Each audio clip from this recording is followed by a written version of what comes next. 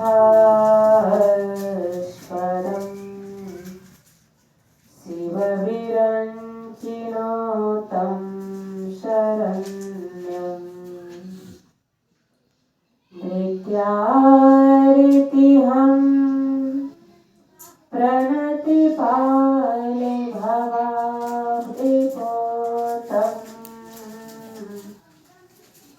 वन्दे महापुरुषते चरणारविन्दम्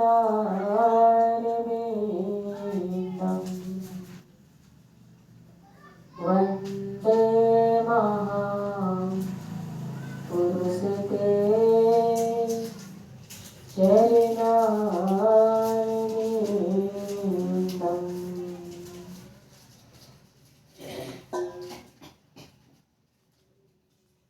तीर्थों को भी पावन करने वाले जनमानस के विराज 20वीं सदी के महान संत सद्गुरु महाराज के पावन चरण कमलों में असंख्य बार इस ध्यान शिविर में जो भाग लिए, जिन्होंने अपने जीवन को भक्ति के पथ पर समर्पण कर चुकी है, वह तपस्विनी, वह जोगिनी, इन साधिकाओं के श्री चरणों में भी मेरा कोटि कोटि नमन है। इस ध्यान शिविर के आयोजक करता हमारी मधु माता जी, हमारे पिताजी, उन दोनों के भी श्री चरणों में कोटि कोटि नमन। अभी हम लोग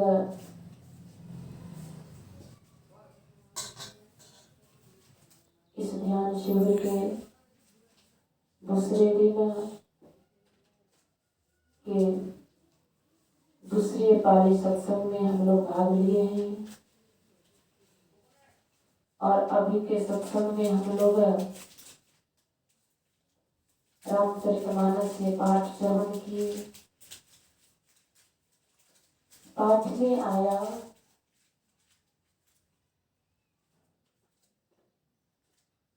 भगवान श्री रामचंद्र जी कहते हैं कि पहले ध्यान से श्रवण करो। क्या सुनने के लिए कहते हैं? तो कहते हैं सत्संग सुनने के लिए कहते हैं। सत्संग क्या है? उस सत्संग को हमारे गुरु महाराज जी 2 भागों में विभक्त किए हैं, पहला और दूसरा। पहला सत्संग है बाहरी सत्संग, जो हम आप अभी कर रहे हैं। यह प्रथम भाग है सत्संग का, जो गुरु महाराज ने 2 भागों में विभक्त किए। दूसरा सत्संग है आंतरिक सत्संग, जिसे कहा गया है ध्यान। गुरु महाराज जी पदावली में लिख दिए हैं कि नित्य सत्संगति करो बनाई, अंतर बाहर दुई विधि भाई। धर्म कथा बाहर सत्संगा, अंतर सत्संग ध्यान अभंगा। हम आपको दोनों तरह की सत्संग करने की आवश्यकता है। जब तक हम लोग बाहरी सत्संग नहीं करेंगे तब तक हम लोग आंतरिक सत्संग नहीं कर सकते, और जब तक हम लोग आंतरिक सत्संग नहीं करेंगे तब तक हम आप उस सत्य का संग नहीं कर पाएंगे। सत्य क्या है? तो कहते हैं परमात्मा ही एक सत्य है, और दूसरा सत्य इस जीवात्मा को कहा गया है, क्योंकि जीवात्मा जो है वह उस परमात्मा का अंश है। यह जीवात्मा सत्य है और एक परमात्मा सत्य है। इसी सत्य को उस सत्य से मिला देना ये उच्च कोटि का सत्संग है। अभी हम लोग गुरु महाराज की वाणी में श्रवण किए कि नित्य प्रति सत्संग कर ले प्यारा, ये प्यारा नित्य प्रति सत्संग कर, तेरा कार्य सरे सारा, सारे कार्य को निर्णय करके धर चेतन धारा। हम आपके जीवन का सार कार्य क्या है? यही है ध्यानाभ्यास, ध्यान और सत्संग। इसको निर्णय कर लेना है कि हमें करना है। सारे कार्य को निर्णय करके धर चेतन धारा, वह चेतन की धार को पकड़ना है। वह चेतन की धार क्या है?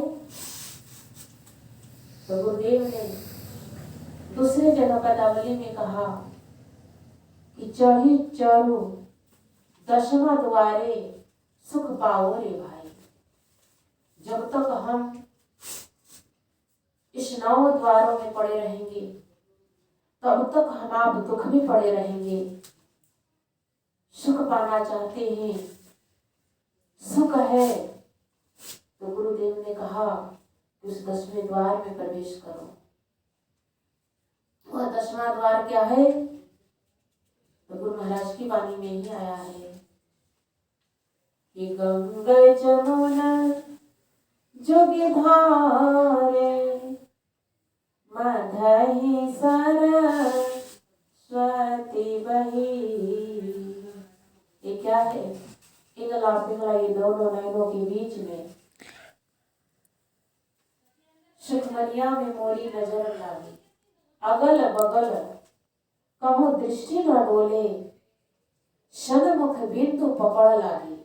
इसी को पकड़ना है।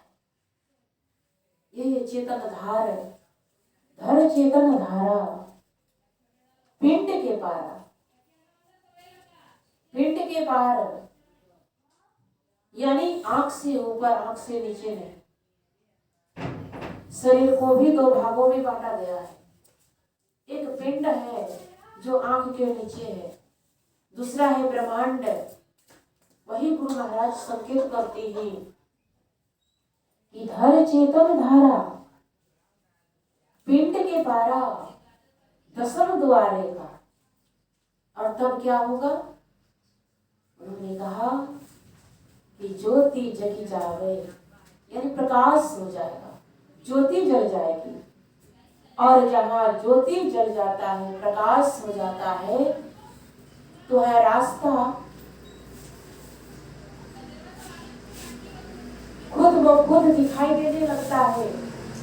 और फिर उस रास्ते पर चलने में हम आप साधक को कठिनाई नहीं होती है। जैसे हम लोग अंधकार में चलते हैं तो रास्ता में पता नहीं चलता है कि कहाँ गड्ढा है, कहाँ ऊंचा है, कहाँ क्या है। और जैसे ही वहाँ बल्ब जल जाता है तो क्या होता है कि रास्ता दिखाई दे देता है, और तब राही को चलने में आसान हो जाता है। ठीक उसी तरह से गुरु महाराज जी कहते हैं कि ज्योति जगी जावे अति सुख पावे। तब क्या हुआ? शब्द सहारे का, शब्द सहारे का। तब गुरु महाराज जी कहते हैं कि लख बिंदु नाद तहाँ त्रय बंद लेके सुनो सुनो में ही वह शब्द साधना की आवश्यकता है। वह शब्द, वह ध्वनि सुनाई पड़ेगा, शब्द सहारे का, उसके सहारे हम आपको फिर आगे बढ़ना है।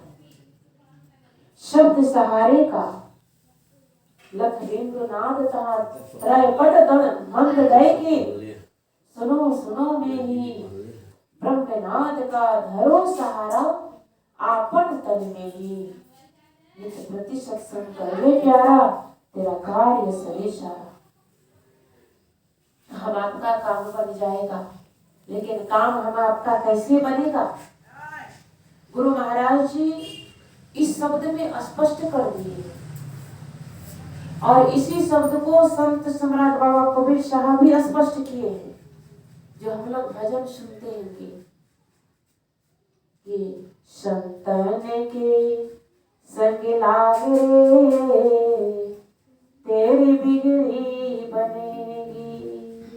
हम लोग शब्द के संग अगर लग जाते हैं, उनके बताए हुए युक्ति को जान करके हम लोग ध्यान करते हैं, तो कहते हैं कि संतन के संग लाग रे तेरी बिगड़ी बनेगी। इतना ही नहीं, कैसे लगना है? तो बाबा कबीर कहते हैं कैसे लगना है? तो कबीर साहब ने कहा कि ध्रुव की बन गई, प्रहलाद की बन गई। कैसे बन गई? हरि सुमरन हरि, यह शब्द पर हम लोग ध्यान दें। कैसे बना? भक्तों का उद्धार कैसे हुआ? मीराबाई कैसे उस परमात्मा की प्राप्ति की? वह सहजोबाई उस परमात्मा का साक्षात्कार कैसे की? तो कबीर साहब ने कहा कि हरि सुमिरन वैराग रे। वैराग मन में लाकर। कैसा वैराग्य? ये क्षणिक वैराग नहीं कि वैराग चढ़ा और उतर गया। ऐसे वैराग से हम आपका काम नहीं बनेगा। कैसा वैराग्य होना चाहिए? जैसा वैराग्य सिद्धार्थ को हुआ था। जो सिद्धार्थ राजा सुधोधन का सुपुत्र था, जो सिद्धार्थ सम्राट बनने वाला था, जो सिद्धार्थ की धर्म पत्नी विश्व सुंदरी थी और राहुल पुत्र भी था। हम आपके जीवन में भी इतना सुख नहीं होता है, फिर भी संसार में आसक्त है। संसार के लोगों में इतनी आसक्ति है। सिद्धार्थ के मन में वैराग्य हुआ। कबीर साहब ने कहा ना, हरि सुमिरन वैराग रे। तो सिद्धार्थ को वैराग कैसे हुआ? सिद्धार्थ ने देखा, सिद्धार्थ ने क्या देखा? क्योंकि कभी उन्होंने किसी वृद्ध व्यक्ति को नहीं देखा था। किसी वृद्ध व्यक्ति को कभी सिद्धार्थ कभी नहीं देखा। सिद्धार्थ ने उस दृश्य को देखा और छन्ना से पूछा कि छन्ना, ये कौन है जो लाठी के सहारे चलता है? उसने कहा कि राजकुमार, ये व्यक्ति वृद्ध हो चुका है। कहा लाठी के सहारे चल रहा है? कहा इसके शरीर में अब वह शक्ति नहीं रही जो अपने से चल सके, इसीलिए इसे लाठी का सहारा लेना पड़ता है। सिद्धार्थ ने पूछा, क्या मैं भी एक दिन बूढ़ा हो जाऊंगा? मेरे भी शरीर से शक्ति छिन्न हो जाएगी? पहला दृश्य सिद्धार्थ ने यह देखा। दूसरा दृश्य देखा कि एक रोगी व्यक्ति खाट में पड़े पड़े कह रहा था। पीड़ा से वह पीड़ित था, दुखी था। सिद्धार्थ ने उस दृश्य को देखा, क्योंकि सिद्धार्थ ने कभी रोगी को देखा नहीं था। पूछता है अपने सारथी से कि छन्ना ये कौन है, क्यों इतने पीड़ा से पीड़ित है, क्यों ये रो रहा है। सारथी ने कहा, राजकुमार ये रोग से रोगग्रस्त हो चुका है, इसीलिए इसे पीड़ा हो रही है, कष्ट हो रहा है। सिद्धार्थ के मन में यह भावना आई, क्या मुझे भी रोगग्रस्त होना पड़ेगा। छन्ना ने कहा कि राजकुमार कुछ भी हो सकता है, एक दिन आदमी बूढ़ा हो जाता है, एक दिन आदमी रोगग्रस्त भी हो जाता है। और अंतिम दृश्य सिद्धार्थ ने देखा कि एक अर्थी को 4 मनुष्य के कंधे पर और पीछे पीछे बहुत सारे लोग जा रहे हैं, और इस बात को कह रहा था कि हर कहो जी हर कहो, श्री राम नाम सत्य है। पीछे वाले कहते थे कि सबका यही गत है। सिद्धार्थ ये कभी शब्द सुना नहीं था और ये दृश्य को कभी नहीं देखा था। जैसे ही सिद्धार्थ ने देखा और सुना तो पूछ बैठता है सारथी से, छन्ना ये कौन है, ये लोग क्या कर रहा है। उसने बताया कि राजकुमार कोई आदमी मर चुका है और उसे लेकर के जा रहा है शमशान घाट जलाने के लिए। का ये लोग कह क्या रहा है। कहा, राजकुमार ये लोग यह कह रहा है कि राम नाम सत्य है। अब सिद्धार्थ के मन में हो गया कि जब राम का ही नाम सत्य है और इधर मैं सब कुछ देख रहा हूं कि मानव का शरीर भी असत्य है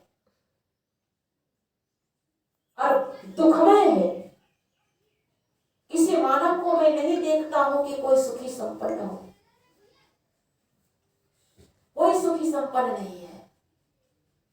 और इस संसार में चाहे कोई भी क्यों नहीं हो, सबके पास कोई ना कोई दुख है। किसी संत ने कहा है कि कोई तन दुखी, कोई मन दुखी, कोई धन बिन फिरत उदास, और थोड़े थोड़े सब दुखी, सुखी राम के दास। जो राम